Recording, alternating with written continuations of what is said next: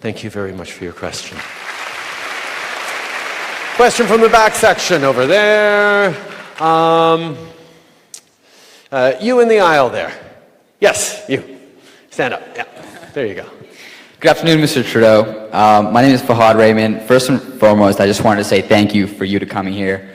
I know it's not easy going on a tour like this and taking questions that, like you said, haven't been screened, so we all appreciate it. Thank you very much for what you're doing here today. My question to you, if you'd like.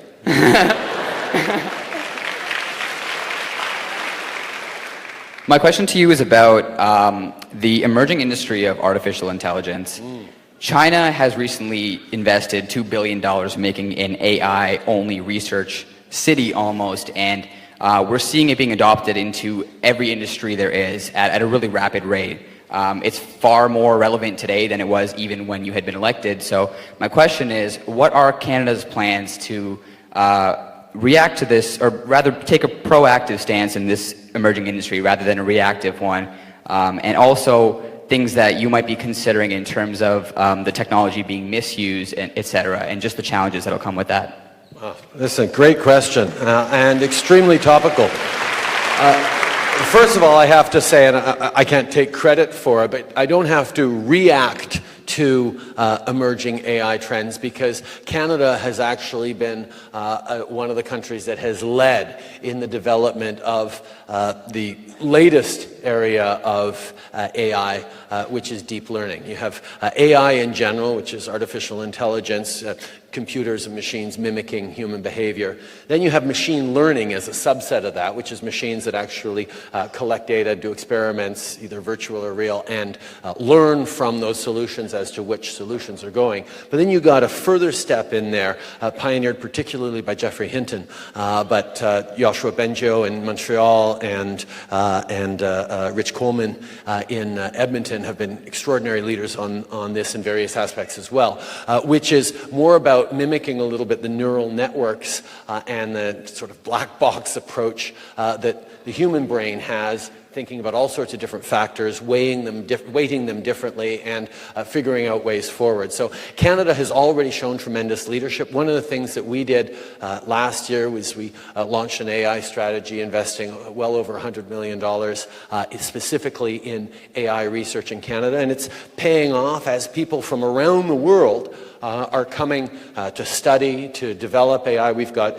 big American companies like Facebook and Google investing in Canadian researchers, not sucking them out of the country, but realizing that we have great hubs here as well that they want to be part of.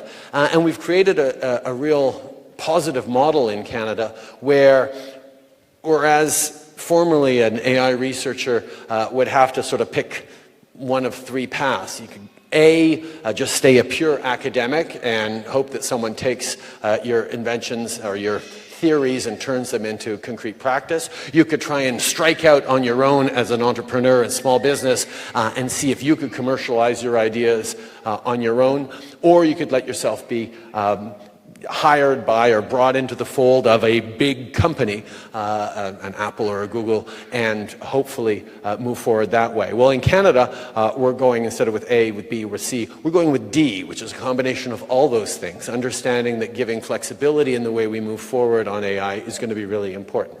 Now, artificial intelligence is something that's at use already in so many things that we use. When your phone recommends a song or a movie for you to see, that's a form of AI, analyzing your viewing habits or listening habits and giving you recommendations. But there's so much more to come in the application of AI in just about every sphere of our lives that it becomes extremely important to make sure that, as you say, there is a thoughtful layer of analysis, of foresight put into what are the nefarious or negative potential consequences of AI, how do we get around it? How do we create a legal or ethical framework around the positive use of AI. And I'm very pleased to say that Canadians are actually leading on that. In a country with a Charter of Rights and Freedoms, with a respect for diversity, with an understanding of how important it is to build strong, successful communities, that we be weighing in and in some ways leading the way on the kinds of ethical questions that go around AI,